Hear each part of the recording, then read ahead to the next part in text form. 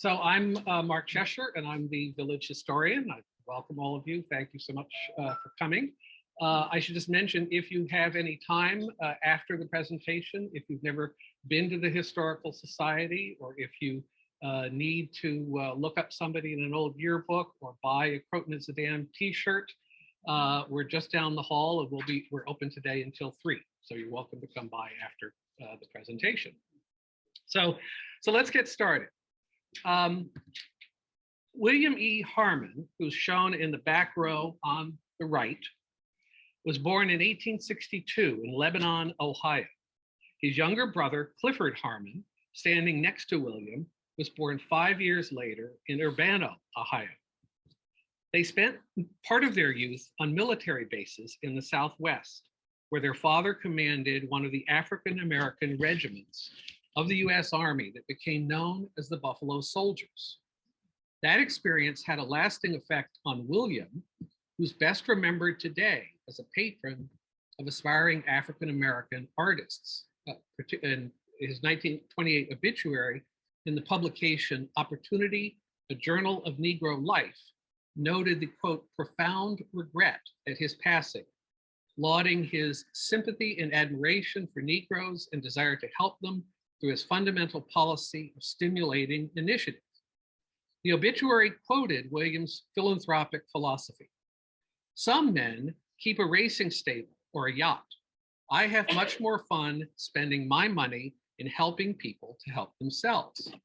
It's very possible that quote was a dig at his younger brother, Clifford, who was very much good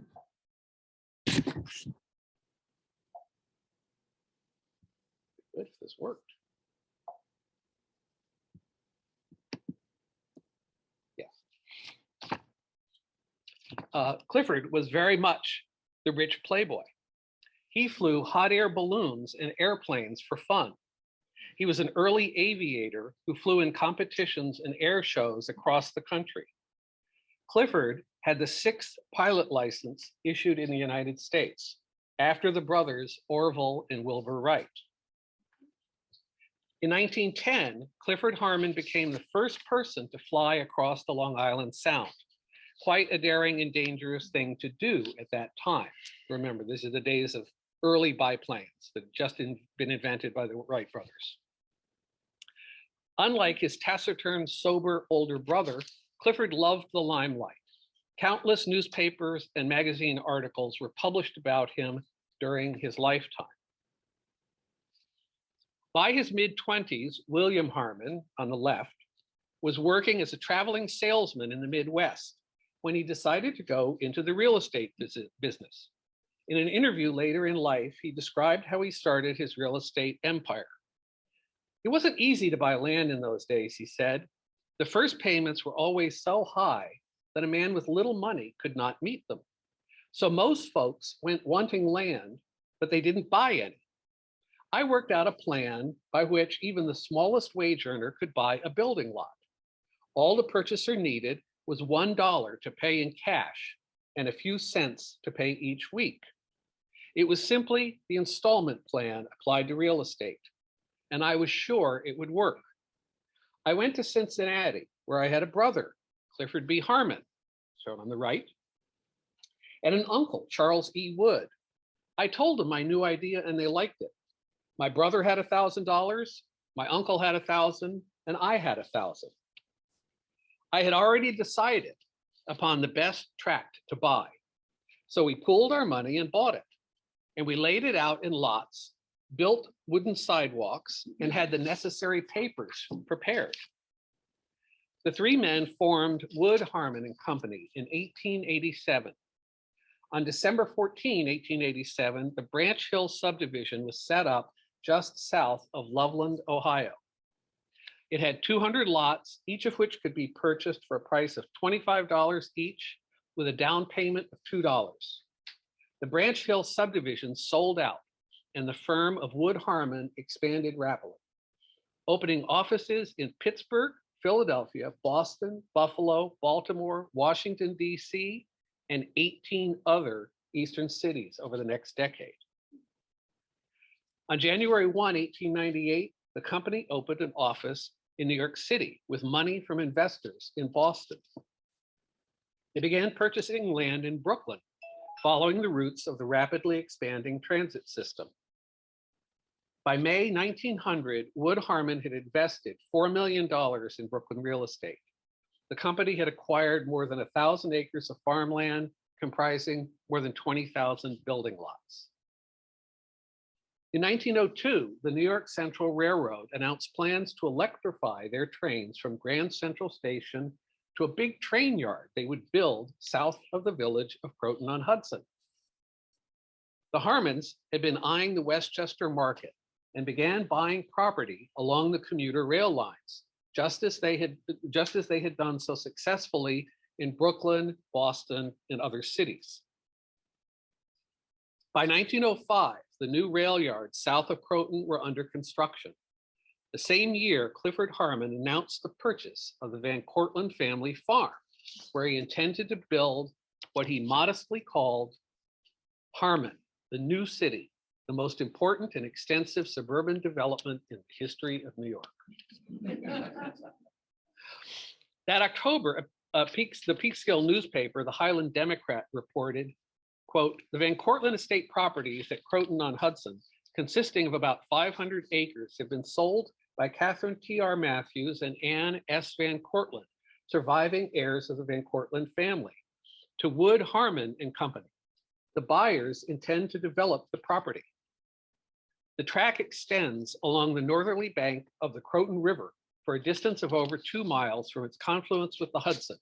In the old manor house, which is not included in the sale, hangs the original grant of all this property, signed and executed by King William III in 1697. Let's take a look at the property before development began. The panoramic photo at the top is looking across the field that became known as the Flats. This is the area around Benedict, Oneida, South Riverside, and Cleveland. The bottom photo is a detail showing white stakes, probably marking out the streets. You can also see 2 gentlemen standing here in the field. This is looking north toward the village of Croton. You can see a few houses in the distance, and that must be Maple Avenue, which had been partially developed at that time. On the right, well, you can't see it very well because of this, but on the right, you can see part of a barn from the Van Cortlandt family farm. When the streets were later laid out, that barn was at the corner of Cleveland and Emerson. It was there until at least 1926. That fact alone is interesting, but what's even more significant is that in 1915, the barn was used by Isadora Duncan's dancers, who lived for a few months in an old farmhouse in Harmon up the hill at 39 Sunset Drive, before moving to houses on Glengarry Road on Mount Airy. There were still sheep and other livestock on the farm when Harmon purchased the property. Harmon initially planned to honor the Van Cortlandt family by naming a street for them, but seems to have changed his mind. You can see here this says Van Cortlandt Drive looking south. But he seems to have changed his mind when Lillian Nordica purchased 20 acres. This view is what became Nordica Drive. It's looking west where it dead ends at the gate for Van Cortlandt Manor. And as you can see, it's completely unpaved. Here are 2 more views before development. Anyone know what the bottom photo shows? Yeah, it's tricky. So the road in the foreground going across is Cleveland, intersecting with Old Post Road south. This is before Radnor was laid out, creating the intersection that everyone calls 5 Corners. So Radnor would have come up from here later. After purchasing the land in 1905, it took about 1.5 years to lay out the streets, subdivide the land into lots, and create maps and brochures needed to market the property. The land was divided into 2 sections. The main one, called Harmon, is shown on this map, dated 1907. It included 2 large pieces of property purchased by the famous opera singer Lillian Nordica, who planned to open an opera house and school in Harmon before her untimely death in 1914. Harmon sold the property to Nordica before offering it to the public, and he used her fame to generate a huge amount of free publicity. Harmon was a master of marketing. Just as he started selling lots to the public, word of Nordica's plans leaked to the press. On June 6, 1907, the New York Herald ran an article, the headline, "All commend plans of Nordica. Project for an American Bayreuth arouses interest of the world. It is to be near Croton." And she's quoted, "I had hoped to keep the location of the Lillian Nordica Festival House a secret for at least a few weeks," she said, "but some of the real estate agents made known the locality." I wonder who that could have been. "The 20-acre site I purchased is the old Van Cortlandt estate, located in Harmon on the Hudson, near Croton Landing. It is within the electrical zone of the New York Central lines, and when the theater is completed, it will be easily reached by both railroad and water." This full-page article in the Brooklyn Daily Eagle was syndicated in newspapers across the country. So this was all about Nordica and her plans to build this opera festival, but it was free advertising for the Harmon development. The other section of the Harmon development shown here was called Harmon Park. I've discovered that Clifford Harmon's partners, his older brother William and Uncle Charles Wood, didn't want to purchase this part of the Van Cortlandt farm. But it was an all or nothing deal. So Harmon borrowed money from his wealthy father-in-law to buy this section personally. That's likely why it was given a different name. My theory is that Harmon wanted to sell most or all of it to Lillian Nordica to expand her opera house complex, but that never happened. One indication that the section was of lesser importance is that most of the streets were named simply with the letters of the alphabet. They weren't given their present names until after World War II, when the streets in Harmon Park were renamed to honor Croton residents killed in action during the war. By early 1907, Wood, Harmon and Company was ready to start selling land in Harmon. They published booklets to give or to mail to prospective purchasers. Note that the Harmon Park booklet on the right was published by Clifford Harmon, not the firm of Wood, Harmon and Company. This is an example of the advertising that appeared in New York metropolitan newspapers. Most emphasized the easy commute to Grand Central once the Harmon yards were completed. The ad says, "The highest, healthiest, most beautiful, most accessible, most aristocratic part of Westchester County, where New York Central's $1 million electric terminal is located. Don't wait. Harmon is your golden opportunity. $10 secures a beautiful villa site. Every lot, a river view." Be news to some people. Here are a couple of the other ads that Harmon produced. There were dozens of different ads in the first 2 years, and they appeared in newspapers all around New York, Connecticut, New Jersey. On June 9, 1907, 115 years ago this month, this free Harmon Special train arrived at the newly completed railroad yards, bringing people who wanted to see land offered for sale by Wood, Harmon and Company. And I should point out, at the time, the yards were completed, but there wasn't a station there. The station was still what was later called Croton North Station, the electrical contractor office that still exists. So there was no station at Harmon at the time. So let's tag along with them and take a tour of Harmon. Before the highway destroyed several streets in Harmon, this was the lower part of Benedict, where it intersected with Croton Point Avenue at the original Harmon station that was later built. Continuing on Benedict, you came to the sales office on the corner of South Riverside, today a nail salon. This postcard shows the sales office about a decade later. And about a decade later, the sales office became the Harmon Field Club. This photo is one of the 3 tennis courts of the club. The photo was taken from the old sales office, looking at the court located where Happy Hearts is today. The building in the background is Coco Nails and Spa today. Notes in our files say the office, quote, became a tennis club in the late teens. There are newspaper accounts in the 1920s about tennis matches being held there.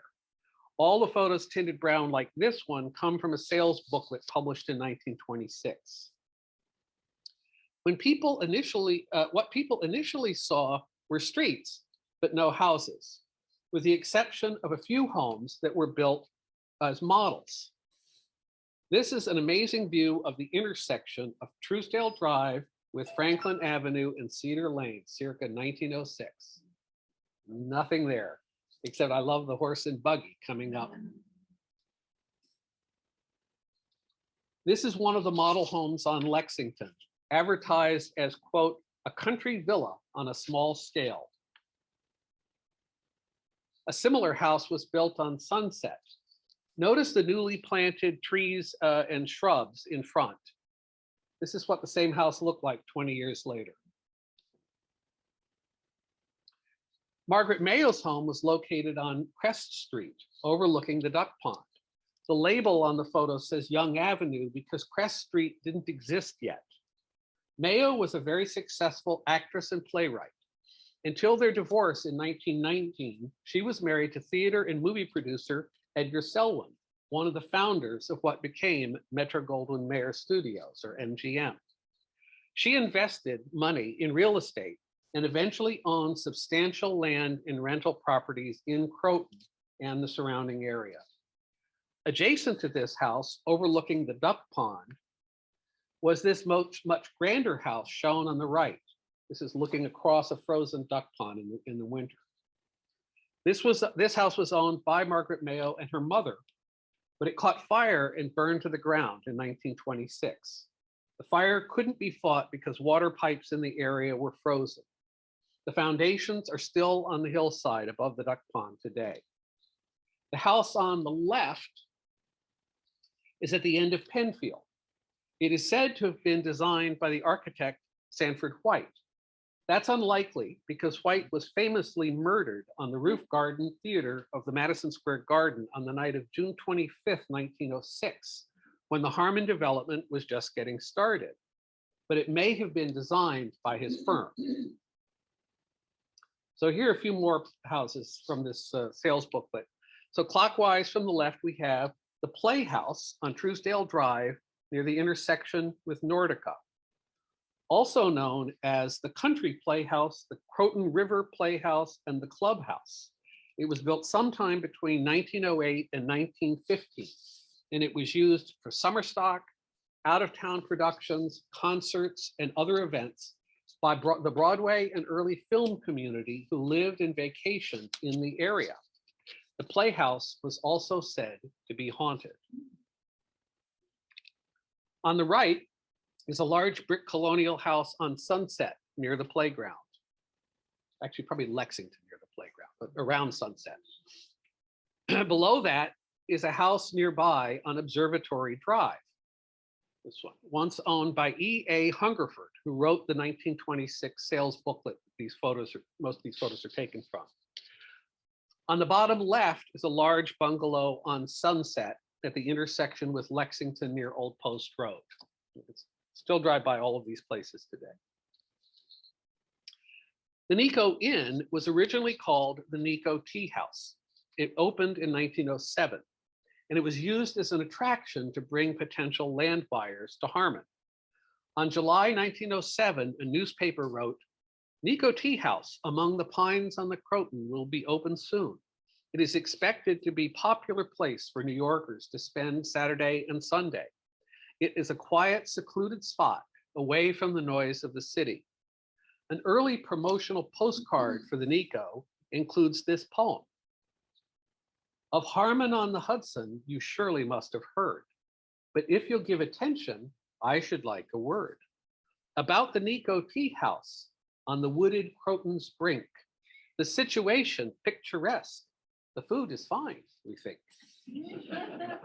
So get a horse or motor car And bring your friends along. If you follow the road to Harmon, you surely can't go wrong. The Nico was also a well-known speakeasy during Prohibition. On July 17, 1922, the New York Times reported that the Nico was raided by some multi-talented undercover agents. Quote, the Nico Inn at Harmon-on-Hudson was raided yesterday by federal Prohibition agents William McKay, Peter Rieger, and Leonard Galante. The agents represented themselves as actors. Charles Haas, the owner of the place, asked them to, quote, do a turn for him. McKay fiddled, Rieger sang, and Galante danced. The innkeeper was satisfied with their work and was about to hire them when the agents, after having been served with drinks, as they alleged at $1.50 a drink, arrested Haas and a waiter, Hero Gotow, on a charge of violating the Volstead Act, which was the anti-alcohol Prohibition Act. They gave $1,000 bail each for appearance Monday before a United States commissioner. The Nico was also well known because it was featured in a series of ads by Goodyear Tires. You can see the building in the background. Here's another ad, and you can see the building behind the car. Wish I had that car. And then also you can see it within this tire at the bottom. In 1916, a Japanese American, Takamichi Moto, who was often called Admiral Moto, ran the Nico Inn. Legend has it that he had a falling out with Clifford Harmon, bought land across the street, and built a larger inn and restaurant he called Mikado Inn, located near the intersection of Truesdale and Nordica. The Mikado was also a notorious speakeasy. Oscar Levant, the quick-witted pianist, composer, actor, author, and quiz show panelist, had his first extended engagement at the Mikado Inn in 1922. In his book, The Memoirs of an Amnesiac, Levant wrote about those days, which must have been quite an experience for a young man who was then just 16 years old. During my second year in New York, I played the piano in a Japanese roadhouse in the town of Harmon-on-the-Hudson, where I shared sleeping quarters with 20 or 30 Japanese waiters in the cellar. The place was called Mikado Inn. A rival restaurant was the Nico Inn. The Japanese restaurants were comparatively scarce, so it was ironic that the leading proponents of Japanese cuisine should have been within such a short distance of each other. Consequently, the rivalry was keen. The upright piano on which I played had a horizontal string upon it, upon which hung a $1 bill, a not too subtle hint for tips, which were mostly forthcoming as the evening progressed and the clientele grew boisterous and drunk. The proprietor, a rotund, jovial Japanese whom we addressed as Admiral Moto, was completely dominated by his forbidding white Irish wife, a tall, dictatorial, and quite respectable woman. There was a great activity in the vast kitchen where the chef was a 21-year-old Italian boy from nearby Croton. He had achieved his Oriental culinary skill under the tutelage of his predecessor, a Japanese chef who had left after a fight with Admiral Moto. It was an interesting anomaly, an Italian chef running a kitchen which served only sukiyaki. Although technically not in Harmon, the Motos also owned Moto's Inn on Route 29 going out toward the dam. And I mentioned this story partly because he calls Moto's foreboding wife quite respectable woman. So a front page article in the New York Times on December 15, 1931 reported that Dennis Wright, a retired plainclothes detective from the Bronx, was, quote, vague when testifying about $99,240 in bank deposits over an 11-year period, including $30,839 from Moto's Inn, which was owned by his sister, who was Moto's wife. A year earlier, police had raided the nearby Moto farm and seized 2,000 gallon stills, 13 vats of mash with an aggregate content of 11,700 gallons, 2 high-pressure steam boilers. They also seized a truckload of alcohol, 45-gallon cans of alcohol, and 5,100 pounds of sugar. Back in Harmon, the Harmon Lodge was located on Benedict at the corner of Wayne Street to serve people going to and from the train station via Benedict. The building is still there at the dead end of Benedict across from the Harmon Firehouse. Speaking of the fire department, 2 blocks north was the Croton Fire Patrol. Due to the formation of this company in 1914, insurance rates in Harmon were reduced by 50%. The building was located on the western portion of Oneida. This map is from 1935.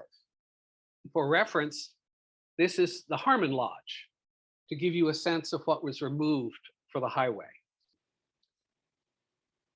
This is looking north at the intersection of South Riverside going down to the Duck Pond. And Oneida is going from left to right across. Hudson View Collision is the building on the left today, with Oneida running right next to it. In fact, if you look at the site today, you'll sort of see how they've appropriated what's left of Oneida next to their property. On Riverside was this building where Mexico is located today. It was built between 1925 and 1935. It was used for a variety of businesses, including the Harmon Inn restaurant and beer garden owned by John Masterson. He later opened Masterson's Harmon Inn at the building, which looks very different today, next to Baked by Susan. Masterson was also postmaster in Harmon, running the post office when it was located in the old Harmon sales office. This is a Sanborn fire insurance map of most of the flats in 1924, showing the area from Riverside Avenue, which was then called Albany Post Road, on the left, to Penfield on the right. On the top is Oneida, at the bottom is Benedict Boulevard, plus part of the area below Benedict going towards Devon. What's significant about this map is not what it shows, it's what it doesn't show. Let's take just this block between Benedict, Oneida, Young, and Hastings. After 17 years of selling land, there are just 6 houses. Today, there are 25 houses within this red square. There could be a variety of explanations for this. Some people could have purchased lots as an investment, not intending to build immediately. Some of the owners of the houses shown on the map could have owned the adjacent lots that they sold off later. But you can see this same lack of houses throughout throughout Harmon. This is an aerial photograph of Harmon taken 2 years later in 1926. On the bottom right, you can see the Harmon Yards, and in the upper left is the oval shape of Sunset in Lexington. This is an enlargement of the upper left section, showing how few houses there were on Sunset, Lexington, Observatory, Cleveland, and Morningside. This is the barn I mentioned earlier, used by Isadora Duncan's dancers, which was still there when the photograph was taken.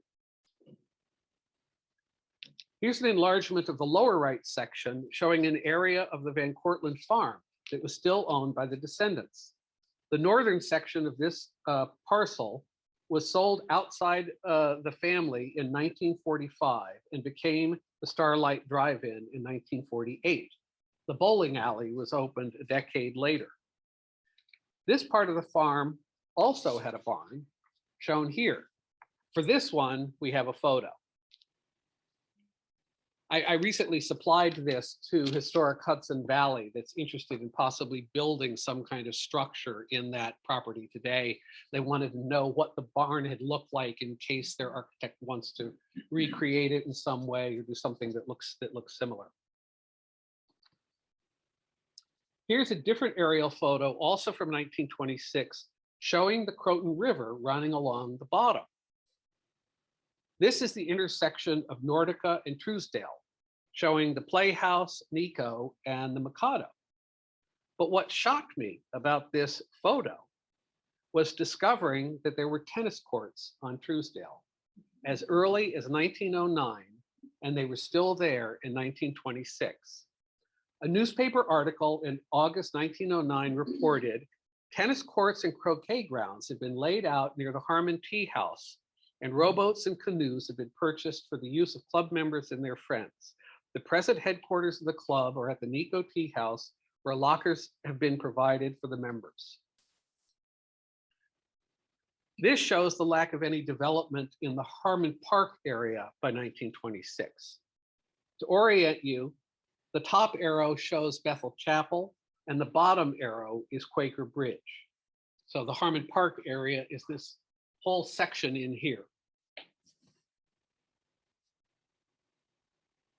This last photo shows the borders between Harmon and the village of Croton. Here's where the dummy light is. And here is the end, what was then the end of Maple Avenue, which, as you can see, has very few houses and seems to basically end where the arrow is at that time. This is the high school, which had just been completed in 1926 when this photograph was taken. PVC wasn't built until 1940. And this is the border between Harmon and the village. The year the photo was taken, there was a meeting at Margaret Mayo's house about incorporating Harmon as a village. Some supported the idea, some vehemently opposed it, and others supported the idea of merging with Croton.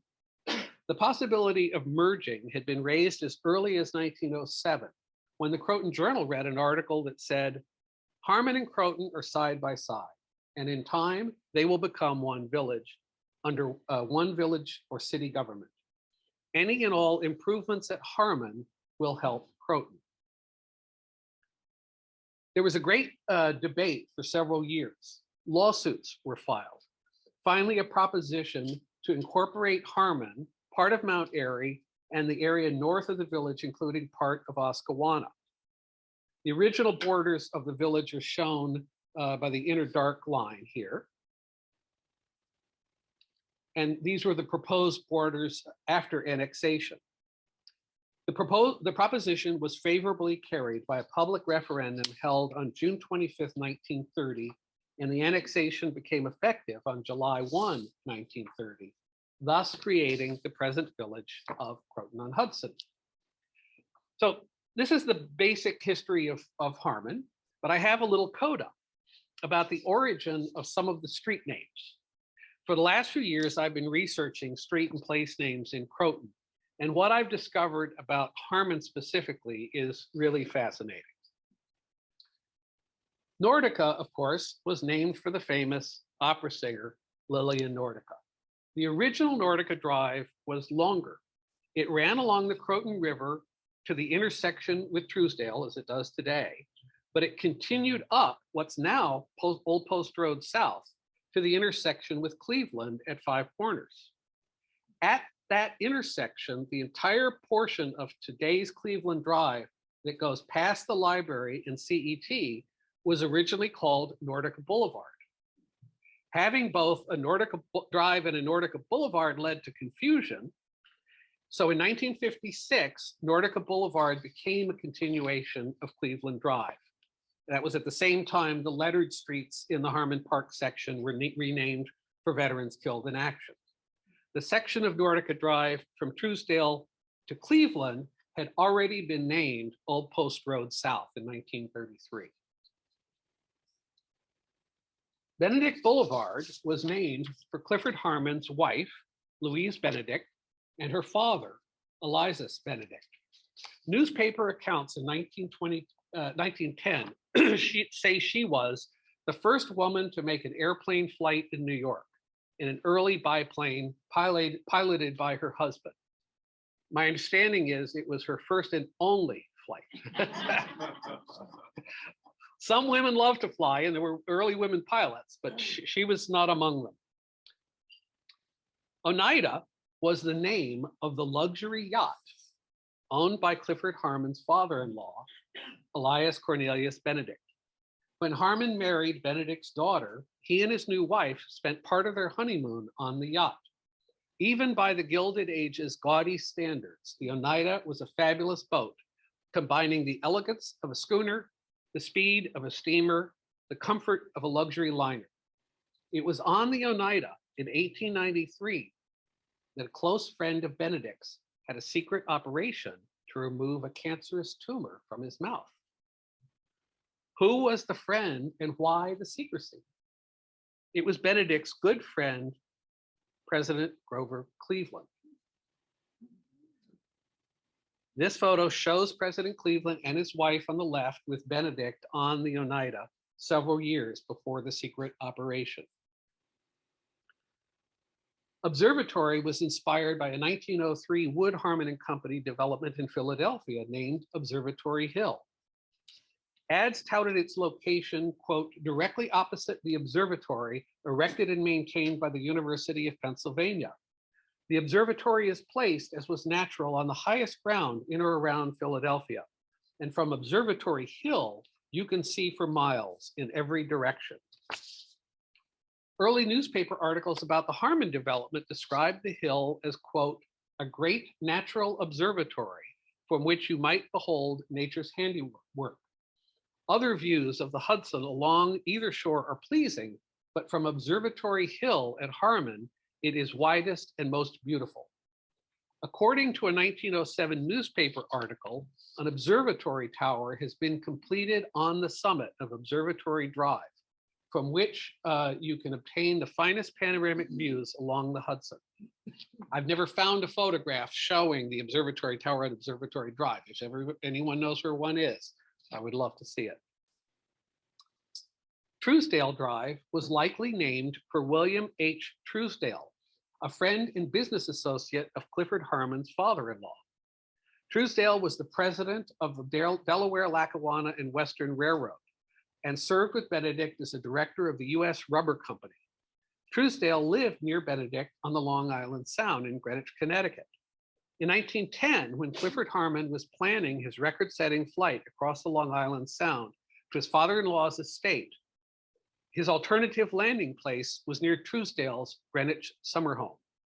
In the original 1907 and 1908 plans for Harmon and Harmon Park, Truesdale Drive was going to run all the way up the river and connect to Quaker Bridge Road. The right-of-way for this section is now the trail that goes from Silver Lake behind the school. Hastings was the married name of Clifford Harmon's sister-in-law, Helen Ripley Benedict, who once accompanied him on a 110-mile balloon trip.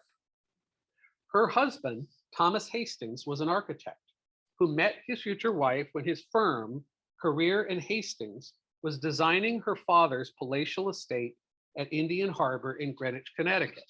The firm's most notable building was the New York Public Library main branch, built on the site of the Croton distribution reservoir. The firm was also involved in Lillian Nordica's plans to build the Opera House and School on her property in Harmon.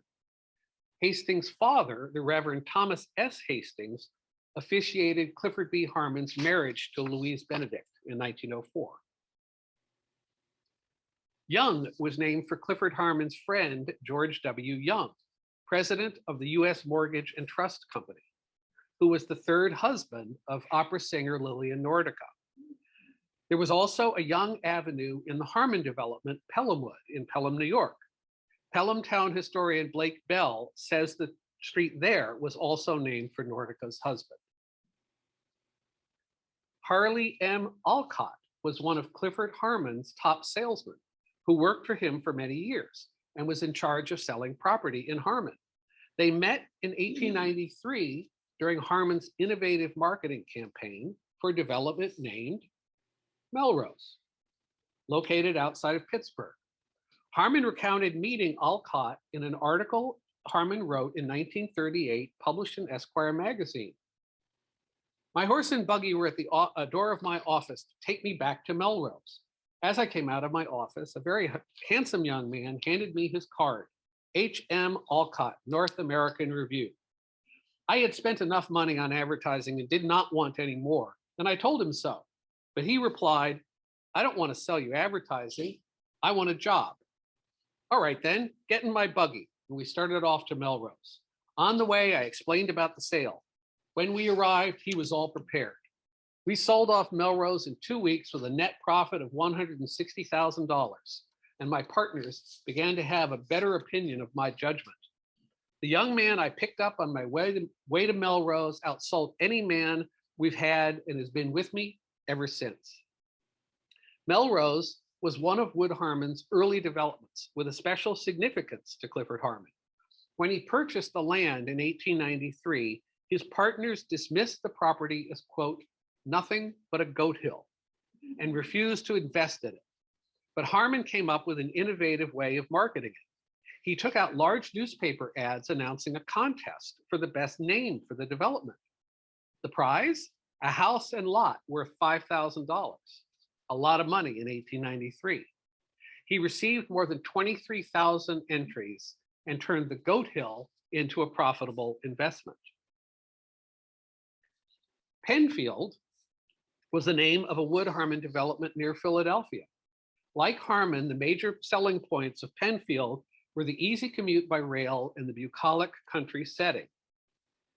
In both cases, the name was likely used to honor Ambassador Frederick Cortlandt Penfield, a friend of Harmon's father-in-law, Elias Cornelius Benedict. Penfield and Benedict were both members of the New York Yacht Club, and Benedict was a witness at Penfield's marriage in 1908 to Anne Wakeman Walker, who was one of the richest women in the world. Devon was a station along the Pennsylvania Railroad near the area outside Philadelphia, where Clifford B. Harmon created a number of suburban developments in the early 1900s. What a coincidence that two of the other stations on the same line were Wayne and Radnor. So that is the end of the story about the development of Harmon. I'm happy to take any questions. Yeah.